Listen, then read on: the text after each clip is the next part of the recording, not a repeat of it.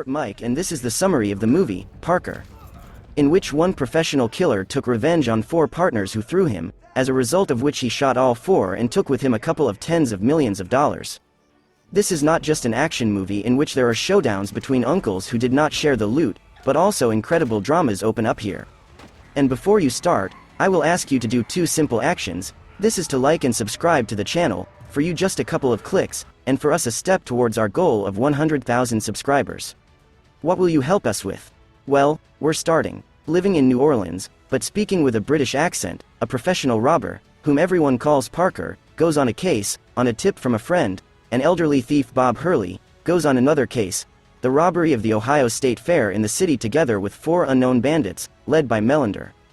Disguised as clowns, Melander and Ross penetrate through the floor into the room where the money is stored, while Parker, in the image of a Catholic priest, distracts the internal security. A few minutes later, their accomplice Hardwick sets fire to hay, and a large-scale fire begins at the fair. Melander and Ross, along with the loot, get into the fire inspection car. Taking advantage of the commotion, the robbers leave. In an abandoned industrial zone, everyone transfers into Hardwick's silver Chevrolet Suburban, which Carlson replaces at the wheel. During the transplant, Parker accuses Hardwick of spying on the beauties changing in the tent, missing the time to advance to the agreed place, and as a result, he set fire to hay not behind the livestock pavilion, but at the storage of propane cylinders, which increased the degree of public danger, and this crime made his investigation a higher priority. While driving along a rural road, Melander offers to invest the stolen $1.2 million in the preparation of a larger robbery, since just buying the house required for this will cost such an amount, but Parker firmly refuses, preferring to get his $200,000. Following a pre-arranged scenario, the bandits try to kill Parker, who gets a bullet from Melander and another from Hardwick. A farmer driving by with his family delivers a miraculously surviving Parker to the hospital, from where he escapes as soon as he regains consciousness. After lying under a drip in a stolen medical van and finding a compact pistol there, Parker enters a hunting motel room, where clothes, a multi-tool, an electric razor, and another pistol become his prey. After committing a robbery at a check cashing point in Memphis, Tennessee, Parker heads to Houston, Texas, and, posing as a friend of Bob Hurley, orders new documents from the owner of the printing house. Waiting for new documents to be ready in 5 days, Parker goes to New Orleans. From Hardwick's brother, who owns 5 Bourbon Street bars and a rock club, he learns that Melander and his gang are in Palm Beach, an island city of billionaires and multimillionaires, where there is 1 policeman for every 8 residents. He sends Claire and her father on a camping trip. Meanwhile, Hardwick learns that Parker is alive and informs Melander about it. At Melander's request, Hardwick calls his influential uncle, Mr.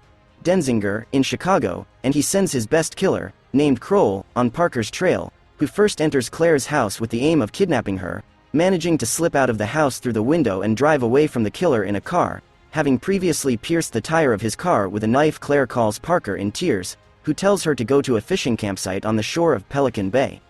Returning to Houston for new documents, he finds 3 of Denzinger's emissaries lying on the floor in Senor Norte's office, under the supervision of Norte and his assistant, Ernesto.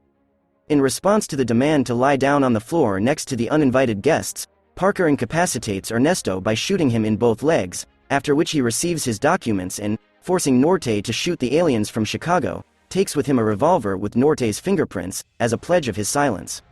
Parker goes to Palm Beach under the name of Daniel Parmit from San Antonio, supposedly wanting to buy a house. A realtor, Leslie Rogers, helps him in choosing a house. During a joint study trip, Parker indifferently drives past luxurious mansions, but slows down at a dilapidated and by local standards shabby house, bought 2 months earlier for $1.2 million by Mr. Rodrigo, also from Texas. He realizes that he has found the house in which Melander's gang plans to sit out after the robbery. At dusk he returns to the house of Mr. Rodrigo, taking advantage of the short-term absence of hungry bandits, who are afraid to separate out of fear of Parker. He finds their weapons cache and bends the strikers with pliers. Returning to his car, he discovers Leslie in it, who offers to continue the conversation in a more private setting, after which she informs him that, according to her information and observations, he is not who he claims to be. When they come to Leslie's empty office at night, she complains about fate and asks for a share for information support. Instead of answering, Parker orders her to strip down to her underwear, wanting to make sure that she is not wearing a radio microphone. He says he will think about her offer. Tomorrow, After learning from Parker the type and approximate value of the loot, she suggests that Melander is going to rob an auction of diamond jewelry belonging to a local socialite, Miriam Hope Clendon, who bequeathed all her property to the city of Palm Beach.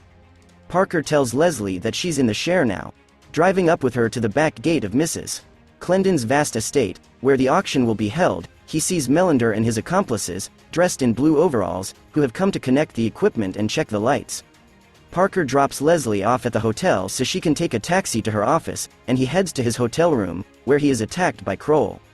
As a result of the fight, the killer falls from the balcony of the 26th floor, but Parker is seriously injured. Coming home to Leslie, who lives with her Cuban mother, Parker asks her to go to the payphone and call Claire, whose campsite is about 80 kilometers away from Leslie's house. As an employee of the hospital's emergency department, Claire stitches up her lover's wounds with habitual movements. While at the helm of the boat, standing in front of Mrs. Clendon's estate, Hardwick waits for the auction to begin and remotely activates the systems for the sequential launch of fireworks mounted by Ross in the speakers. Melander and two accomplices disguised as firefighters drive up to the estate in a fire truck and seize the jewels. The police bring all three drawbridges between the city of Palm Beach and the mainland into an upright position, take under surveillance the berths of pleasure craft, and block roads. Hardwick distracts law enforcement officers on a boat, and Melander and his associates, now in wetsuits and scuba gear, dive into the lagoon and get to their home. Parker is waiting for them there, hiding two pistols under the tables. Leslie also comes there, whom Hardwick catches when she peeps through the window. Melander suspects that Parker is somewhere nearby, and sends his men to investigate the house. Parker silently kills Ross. Noticing the disappearance of an accomplice, Melander and Hardwick resume their search for Parker, while Carlson stays with Leslie. Melander discovers Parker and tries to shoot him in the back, but the gun misfires. In the ensuing fight, Parker deals with Melander. At the same time, Leslie shoots Carlson with a pistol hidden under the table. Hardwick puts a gun to Leslie's temple and threatens to kill her if Parker does not agree to share the loot, but when he pulls the trigger, it turns out that the gun is damaged. The bullet fired by Parker hits Hardwick in the forehead. Parker breaks up with Leslie, telling her to hide the jewelry in the air conditioning duct of her office and promising to send someone for them in 3 months. 6 months later, he finds and kills Denzinger. A year later, Leslie receives her share, in the form of $24,100 bills delivered to her house by express mail in 2 cardboard boxes. In the finale, Parker rescues the farmer who saved him from poverty, who begins to believe that Parker is not a man at all, but an angel of trial and retribution. Well, let's summarize. This film gives a lesson that you need to trust only yourself and rely on yourself, be attentive to who surrounds you and have a plan. Well, if you are interested in this film, then go to the channel and watch a lot of similar and cool retellings of mine.